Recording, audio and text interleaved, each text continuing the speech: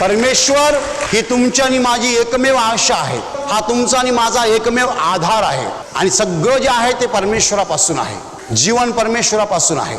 आपल्याला आनंद फक्त देव देऊ शकतो। दुःख तुमच्या जीवनात येतात, दुःख माझ्या जीवनात येतात। दुःख जेव्हा येतात तेव्हा आठवण कसली करायची असते? लोक चूक करतात। लोकांना काय वाटतं, मुलं आम्हाला आनंद देणार। आपल्या सगळ्यांना एकच आनंद देणारी गोष्ट आहे आणि ती म्हणजे स्वर्गाची आशा। स्वर्गाची आशा, आम्ही स्वर्गात जाणार आहोत, स्वर्गात आमचा प्रवेश होणार आहे, हे महत्वाचं आहे। का तुमच्यामध्ये काही लोक असतील की ज्यांनी अजून येशूचा स्वीकार केलेला नाही आहे? हा, तुम्ही येशूचा स्वीकार करा, पापांची क्षमा मागा, हे हृदय साफ करून घ्या। त्याला एकच साबून चालतं, ते म्हणजे येशूचं रक्त। हालेलुया। काहीही साफ करू नका, फक्त हृदय साफ करा।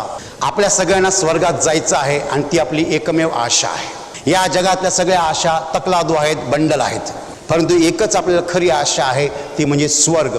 आपला स्वर्ग प्रवेश महत्वाचा आहे। या जगामध्ये असं काहीच नाही आहे, एक ठिकाण नाही आहे, एक माणूस नाही आहे, किंवा एक वस्तू नाही आहे जी तुमच्या आणि माझ्या जीवाला खरा आनंद देऊ शकते। फक्त देवच आपल्याला खरा आनंद देऊ शकतो। त्याच्या स्वर्गात आपल्याला जायचं आहे, त्याला खुश करायचं आहे। दिवस कठीण येत आहेत, अजून कठीण येत आहेत, अजून कठीण येत आहेत आणि काही खरं नाही आहे। हा संकटाचा काळ येत आहे, पण आपल्याला आशा आहे। आपल्याला आशा कसली आहे की एक दिवस येशू आपल्याला स्वर्गात घेऊन जाणार आहे। आपण त्याच्या स्वर्गात जात आहोत आणि त्याचा स्वर्ग ही आपली एकमेव आशा आहे। तीच आशा डोळ्यात समोर ठेवून नेहमी आनंदी व्हा।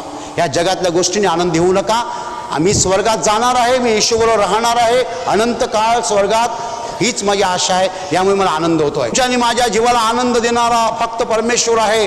जेव्हा आपण त्याच्याकडे जाऊ, त्याला समोरासमोर पाहू आणि त्याच्या स्वर्गात राहायला सुरुवात करू, तेव्हा खरा आनंद मिळणार।